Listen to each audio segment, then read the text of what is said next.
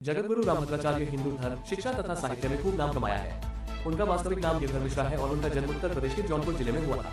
बचपन में केवल 2 महीने की आयु में ही उन्होंने अपनी आंखों की रोशनी खो दी थी, लेकिन उनकी शारीरिक कमी उनके ज्ञान और सेवा की यात्रा में कभी बाधा नहीं बनी।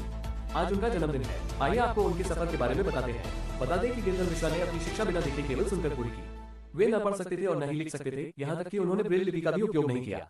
उनकी शिक्षा और ज्ञान का माध्यम उनकी गहरी स्मरण शक्ति और सुनने की क्षमता थी। उन्होंने केवल सुनकर ही संस्कृत, हिंदी, अवधी, मैथिली और 22 अन्य भाषाओं का ज्ञान अर्जित किया। रामानंद संप्रदाय में योगदान। रामभद्राचार्य रामानंद संप्रदाय के 4 प्रमुख जगतगुरु रामानंद आचार्यों में से एक हैं। 1988 में इस पद पर प्रतिष्ठित होने के बाद से उन्होंने समाज और धर्म की सेवा में अपना जीवन समर्पित कर दिया। वे अपने प्रवचनों, रचनाओं और दार्शनिक विचारों के माध्यम से लाखों लोगों को प्रेरित करते हैं। तुलसीपीठ और विकलांग विश्वविद्यालय की स्थापना।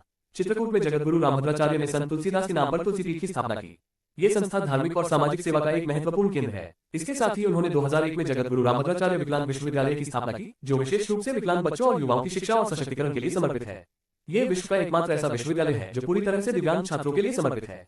वे इस विश्वविद्यालय के आजीवन कुलाधिपति हैं। साहित्यिक योगदान। रामभद्राचार्य एक बहुभाषाविद कवि और लेखक हैं। उन्होंने 80 से अधिक पुस्तकें और ग्रंथों की रचना की है। इनमें 4 महाकाव्य, 2 संस्कृत और 2 हिंदी में भी शामिल हैं।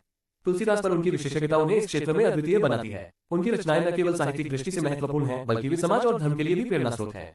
जगतगुरु रामभद्राचार्य का जीवन इस बात का प्रमाण है कि शारीरिक बाधाएं कभी भी किसी के सपनों और संकल्प को नहीं रोक सकती। उन्होंने अपनी अद्भुत स्मरण शक्ति और आत्मविश्वास के बल पर वह स्थान प्राप्त किया जो बहुत कम लोगों को मिल पाता है। उनका जीवन हर किसी के लिए प्रेरणा है, खासकर उन लोगों के लिए जो जीवन में किसी भी प्रकार की चुनौती का सामना कर रहे हैं। साल 2015 में भारत सरकार ने उन्हें पद्म विभूषण से सम्मानित किया था।